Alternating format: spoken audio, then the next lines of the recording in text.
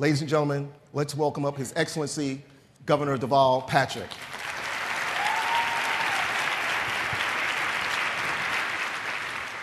Thank you very much. Thank you, everybody.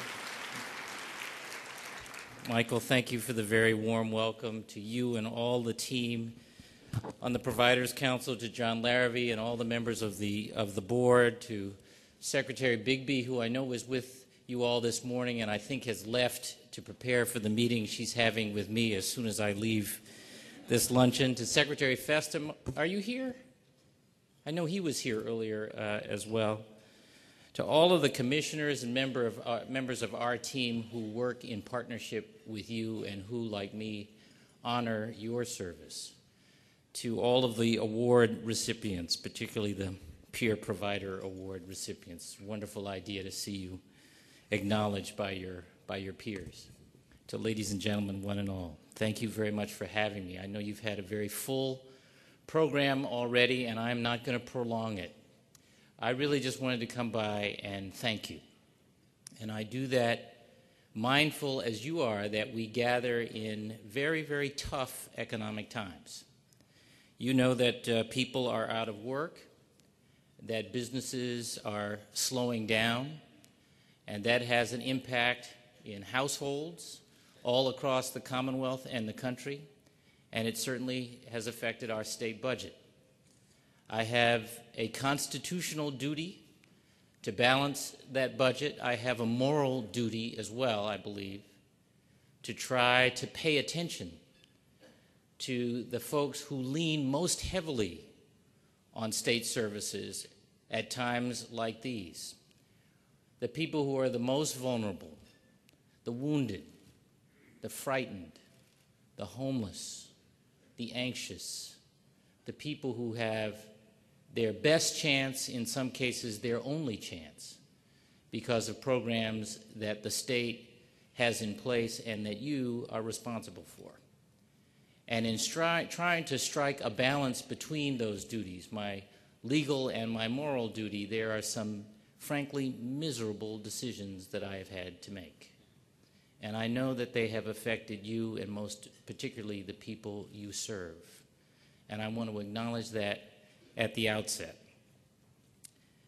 We are not alone, for what comfort that may be. I met yesterday in Philadelphia with 40 or more, I guess it was nearly 48 governors. There are 54 in the United States when you count the territories as well, together with the president and vice president-elect.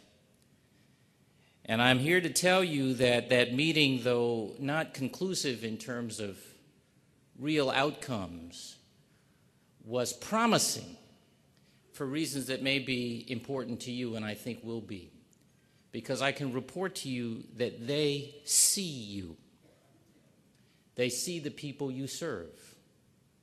They brought up ways in which federal support and assistance matter in terms of economic recovery and how to assure that some of that support and assistance helps the people you serve and you yourselves as providers. And with their help, I believe, and as the president-elect said, help is on the way. And I think a lot of us are feeling like you, it can't come soon enough. But come what may, we will stick together. You with each other, you and I and my team, we will stick together, and we will keep going. You have known, and God knows your clients have known, tough times.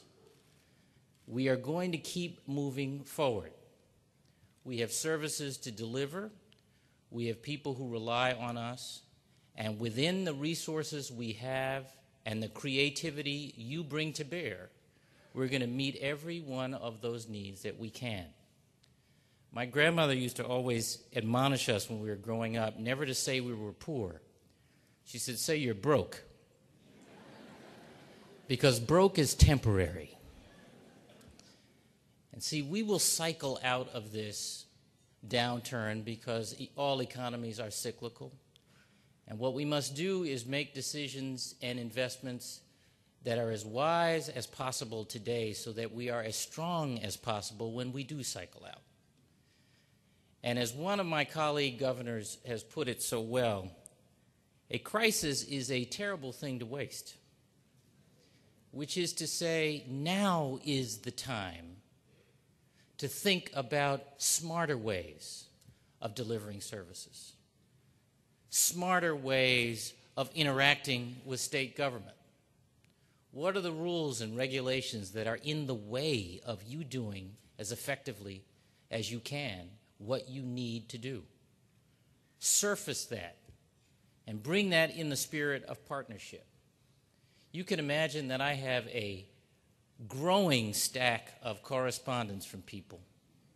It says, Governor, these are tough, tough times. We know that.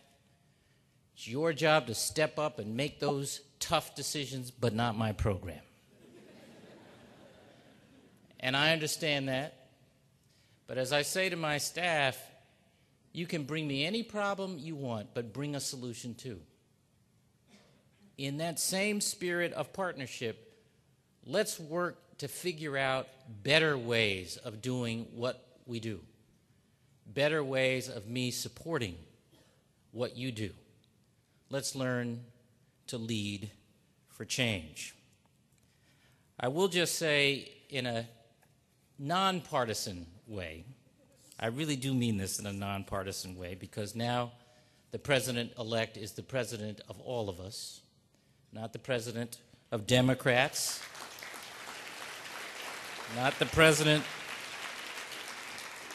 of the left or the right. He is the president-elect for all Americans. And as someone who has shared a personal and political relationship with Barack Obama for 15 years now, I can tell you I am proud of him. I'm proud of him as a candidate and a president-elect, and I'm proud of him as a human being. And I was proud of that campaign because he spoke without apology about hope.